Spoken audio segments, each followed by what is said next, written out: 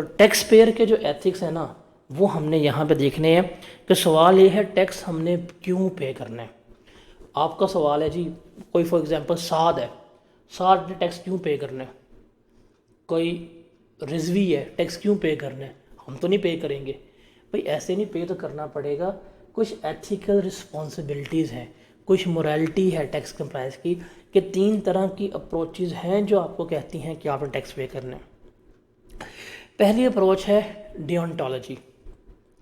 जो डिओंटोलॉजी वाले हैं ना वो कहते हैं भाई टैक्स जो है ना ये ड्यूटी है, ये कौमी फरीज़ा है, चाहे रो चाहे पिटो, टैक्स जो है वो क्या करना है, आपने हर हालत में पे करना ही करना है।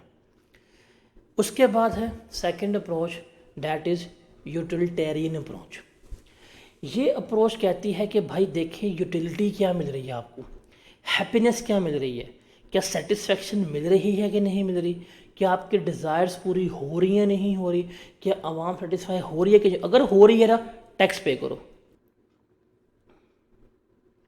तो हम नेकी करेंगे क्यों, बिकॉज़ यहाँ पे मैं टैक्स पे कर रहा हूँ, मैं किसी को टैक्स दूंगा, गवर्नमेंट इस्तेमाल करेगी, उससे दूसरा बंदा फ़ायदा होगा लेगा, उसको फ़ायदा पहुँचेगा, वो कमाएगा, आगे जाएगा। तो एक प्रॉपर हम ना एक नेकी का एलिमेंट जो है वो फैला रहे होंगे। तो ये 3 अप्रोचेज़ हैं जो हमें मजबूर करती हैं टैक्स पे करना चाहिए। ठीक है। अब जो क्या कहते हैं पढ़ी लिखी स्टेट्स हैं जिसमें वेलफेयर स्टेट्स आती हैं, यूरोपियन स्टेट हो गया, कनाडा वगैरह हो गया, वहाँ के टैक्स पेयर भाई वो डिओंटोलॉजी के बिलीवर हैं। वो कहते हैं भाई टैक्स पे करना ही करना है, हमारा मजहबी फ्रीज है। वो उनके वहाँ यहाँ तक है अपनी इनकम का अप टू 60% टैक्स दे देते हैं वो अपनी गवर्नमेंट को, स्टेट को, और माथे पे उनके शिकन नहीं आती। अब वो स्टेट लगाती भी है, वो लगाती है और नज़र आता है क्यों, वहाँ पे अवाम थोड़ी है, एरिया ज़्यादा है।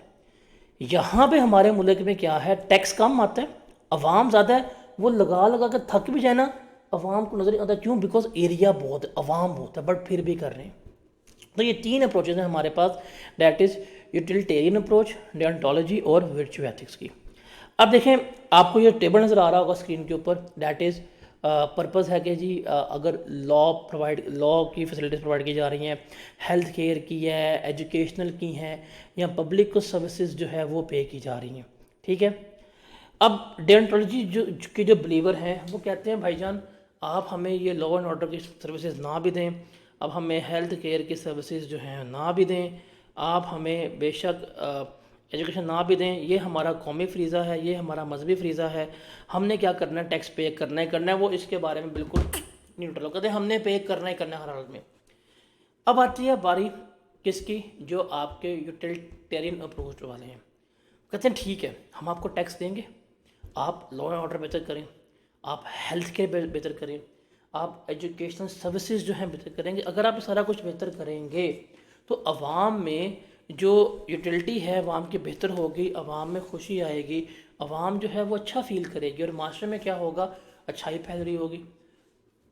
और जो वर्चुअल एथिक्स वाले हैं वो भी इसको अप्रूव करते हैं कि ठीक है हम टैक्स पे करते हैं, अगर आपने ये काम करना काम करें, अवाम जो है वो क्या करेगी, अपनी ज़िंदगी जो है बेहतर तरीके से स्पेंड कर रही होगी। तो दोनों जो हैं वो इसको क्या कर रहे होते हैं, कबूल कर रहे होते हैं। फिर वो कहते हैं जी आप टैक्स दें, हम गरीबों की जो है वो मदद करेंगे, हम उनको सब्सिडीज़ वगैरह देंगे, टैक्स आपसे लेंगे, और जो जितने भी गरीब हजरात हैं हम क्या करेंगे, हम उनकी जो भी मदद हो सकती है पॉसिबल, हम क्या करेंगे, हम कर रहे होंगे।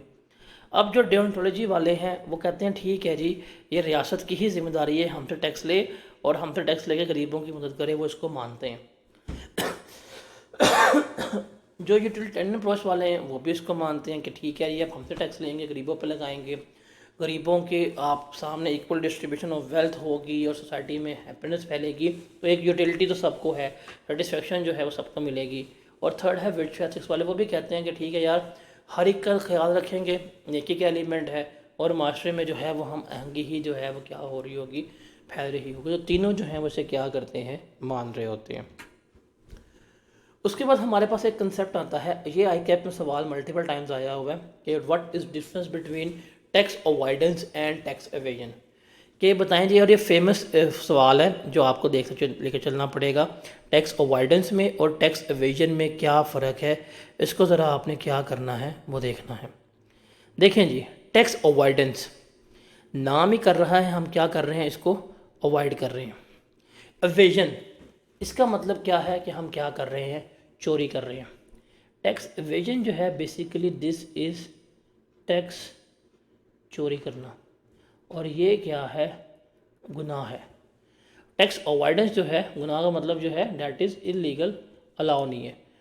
टैक्स अवॉइडेंस क्या है, basically this is tax management. आप टैक्स के लॉस को इस्तेमाल करके अपना टैक्स कम पे कर रहे हैं, ये टैक्स मैनेजमेंट है।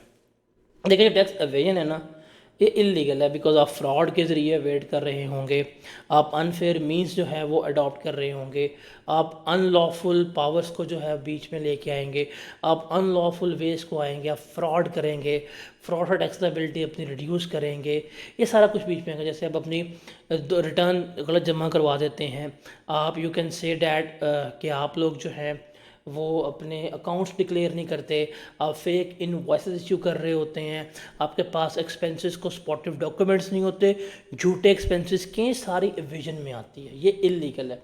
एविजन की सज़ा है, आपको जुर्माने भी होंगे और कैद भी हो सकती है, इम्प्रिजनमेंट भी हो सकती है।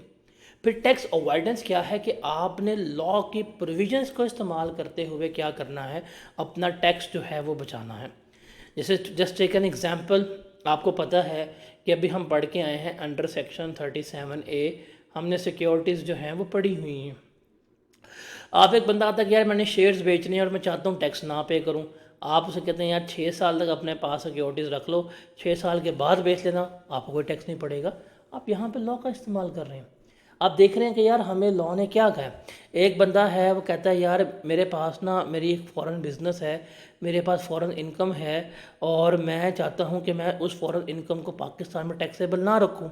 आप उसे कह देंगे हाँ ठीक है, अगर तुम पाकिस्तान के नॉन रेजिडेंट हो, तुम्हारी फ़ॉरेन इनकम पाकिस्तान में टैक्स नहीं होगी। आप कह देंगे कि अगर तुमने बनना है नॉन रेजिडेंट तो उसके लिए तुम्हें ये असूल जो है वो क्या करने पड़ेंगे, फॉलो करने पड़ेंगे कि तुम्हारा स्टे जो है वो 183 डेज से कम हो, तुम क्या होगे, नॉन रेजिडेंट हो। तो यहाँ पे आप लॉ का इस्तेमाल करें। इट इज़ बेसिकली प्लानिंग, इसमें आपकी इंटेंशंस जो है मैलेफाइडी नहीं है। जो इवेजन है उसमें आपकी इंटेंशंस जो है मैलेफाइडी के, धोखे देना है, चीट ही करना है, रगड़ा ही लगाना है। यहाँ पे ऐसा नहीं है, यहाँ पे इस तरह से नहीं है। फॉर एग्ज़ाम्पल आपको पता है कि जी अगर आप डोनेशन वगैरह करेंगे आपको टैक्स रिबेट्स मिल जाएगा, आपको टैक्स क्रेडिट वगैरह मिल रहा होगा, तो ये क्या है, ये टैक्स मैनेजमेंट में आ रहा होता है। अब टैक्स अवॉइडेंस जो है वो क्या है, वो आपके लिए लीगल है, वो आपके लिए अलाउ है, लेकिन जो टैक्स एवेजन है वो आपके लिए क्या होती है, इलीगल है, वो डिसअलाउ है। जैसे नीचे एग्जांपल है कि ये mister A is in the business of selling shoes, his sales are ₹20 million, he kept all cash in his bank locker to hide it from tax authorities। अब भाई ये तो चोरी है और ये क्रिमिनल एक्ट है, इसके ऊपर क्या होगा, ये टैक्स एवेजन कहलाएगी और एवेजन की सज़ा आप इसको जो है मिल के रहेगी, because this is a clear चोरी। फिर मिस्टर बी जो है वो कहता है कि उसने इनकम अर्न की है 50 मिलियन की, how ever he declare only that income which is verifiable from bank. पैसा 50 मिलियन का है, बस जो इनकम बैंक के पास है उससे सिर्फ वही बताई 36 मिलियन की, बाकी उसने अमाउंट हाइड कर दी है, ये भी क्या है, इवेजन है, ऑफेंस है। फिर मिस्टर सी जो है इसने 50 मिलियन अर्न किया है और इसने 37 मिलियन के एक्सपेंसेस रिकॉर्ड करके 13 मिलियन की अपनी इनकम शो की है। अब यहाँ पे एक्सपेंसेस ने लीगली तौर पर रिकॉर्ड किए हैं, इट इज़ अलाउ, ये क्या होगी, परमिसिबल होगी। तो this is tax evasion and this is tax avoidance. ये क्लियर है आप लोगों को। अब ये चीज़ सिर्फ आपने याद रखनी है कि टैक्स अवॉइडेंस और टैक्स एवेजन के हिसाब से देखें, चाहे डियंटोलॉजिस्ट हों, चाहे वर्चू एथिस्ट के बिलीवर हों, चाहे यूटिलिटेरियन अप्रोच के बिलीवर हों, इन तीनों अप्रोचेस के हाँ जो टैक्स एवेजन है वो तो क्राइम है, वो तो क्रिमिनल एक्ट है। बात हो रही है टैक्स अवॉइडेंस की कि क्या ये लोग टैक्स अवॉइडेंस को मानते हैं। देखिए जो है ना वर्चू एथिक्स वाले लोग वो कहते हैं यार टैक्स अवॉइडेंस भी नहीं होना चाहिए, इट इज़ अनएथिकल्स के रूल्स को एक्सप्लॉइट करना और अपने ज़ाती बेनिफिट के लिए जो है वो क्या करना कि टैक्स कम पे करना। वो कहते हैं भाईजान ये तो बिल्कुल भी नहीं होना चाहिए, वह ये तो बिल्कुल भी नहीं होना चाहिए, वो कभी भी इसको नहीं मान रहे होते। वो कहते हैं ये चीज़ नहीं होनी चाहिए। ठीक है, वो कहते हैं क्यों, हमारा तो काम है, इट इज़ आवर ड्यूटी, हमें हुकूमत ने कह दिया है, हमने क्या करना है, हमने इसको लेके चलना है, हमने इसको मानना है।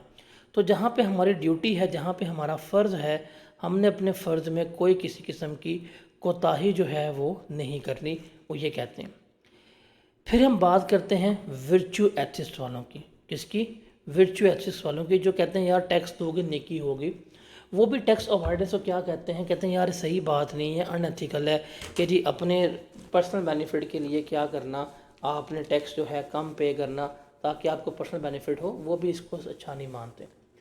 थर्ड पे आते हैं हमारे पास यूटिलिटेरियन अप्रोच वाले, वो कहते हैं भाई हमारा मेन कंसर्न है एग्रीगेट वेलफेयर, कि हर एक का भला हो। कहते हैं अगर हम टैक्स कम पे करते हैं, लेकिन उस टैक्स पे करने से, कम पे करने से हमारी अपनी यूटिलिटी जो है वो बेहतर हो रही है, तो वो करना चाहिए। अगर एक मिडिल क्लास से बंदा बिलोंग कर रहा है, वो टैक्स मैनेजमेंट करता है, थोड़ा टैक्स बचा लेता है, पैसे बचते हैं, वो अपनी तरफ इस्तेमाल करता है, तो उससे उसकी अपनी सेटिस्फेक्शन अचीव हो रही है, तो करना चाहिए। हाँ, अगर अमीर आदमी कर रहा है तो वो नहीं करना चाहिए। तो ये तीनों के रिव्यूज़ हैं इस इन टैक्स एवेजन के ऊपर और टैक्स अवॉइडेंस के ऊपर। Is that clear? तो यहाँ पे हमारा चैप्टर जो है वो ये वाला ख़त्म होता है।